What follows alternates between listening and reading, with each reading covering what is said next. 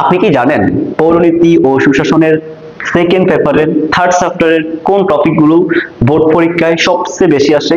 তো আজকে আমরা দেখবো মূলত যেই টপিকগুলো বোর্ড পরীক্ষায় সবচেয়ে বেশি আসে এবং টপ সাজেশন, যে টপিকগুলো বারবার বোর্ডে আসে, যেগুলো স্কিপ করার কোনো সুযোগ নাই। সো দেখেন, পরিণতি ও সুশাসনের টপ সাজেশন সেকেন্ড পেপারের থার্ড চ্যাপ্টারের যে টপিকগুলো বারবার বোর্ডে আসে। তো দেখেন, প্রথমে দেখেন হাজী শরীয়তুল্লাহ। হাজী শরীয়তুল্লাহ, ওনার সম্পর্কে ভালো করে পড়বেন এবং ওনার যেই প্রশ্নটা এসে থাকে সেটা হলো, এটা কিন্তু শুধু এইচএসসির জন্য না, যে কোনো পরীক্ষাতে আপনার অ্যাডমিশন অনেক ক্ষেত্রে কিন্তু ওনার থেকে প্রশ্ন এসে থাকে। সেটা হলো হাজী শরীয়তুল্লাহর ফরাজি আন্দোলন। মোস্ট ইম্পর্টেন্ট যে কোনো বোর্ডের জন্য খুবই গুরুত্বপূর্ণ, 100% গুরুত্বপূর্ণ।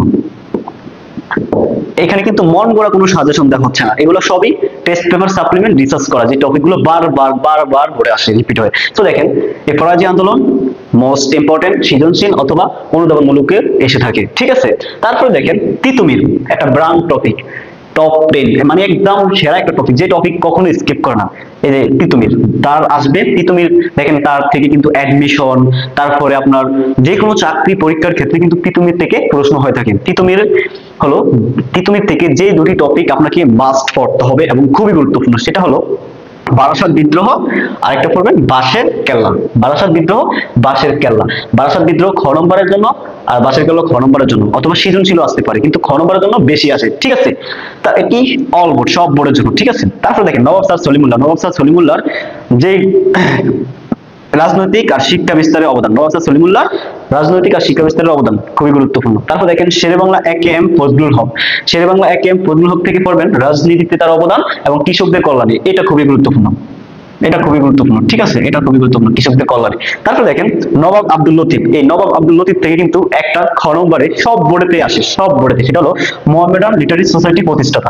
এটা খুবই গুরুত্বপূর্ণ, 100% গুরুত্বপূর্ণ খ নম্বর প্রশ্নের জন্য, অনুধাবনমূলক প্রশ্নের জন্য। যেটা দেখেন মোহামেডান লিটারি সোসাইটি প্রতিষ্ঠাতা কে? নবাব আব্দুল লতিফ। কিন্তু এই যে খ নম্বরের জন্য এটা আসবেই, আপনাকে ভালো করে পড়তে হবে, মুখস্থ করে ফেলতে হবে। তারপরে দেখেন, এখানে যে কয়টা অনুধাবনমূলক প্রশ্নের জন্য দেওয়া হয়েছে, এই টপিকগুলো এগুলো আপনি মুখস্থ করে ফেলবেন। আপনি যে কোনো বোর্ডে হন না কেন, খ নম্বরে এই টপিকটি পাবেন আপনি। তারপরে দেখেন হোসেন শহীদ সোহরাওয়ার্দী। তো এই হোসেন শহীদ সোহরাওয়ার্দী থেকে কি পড়বেন?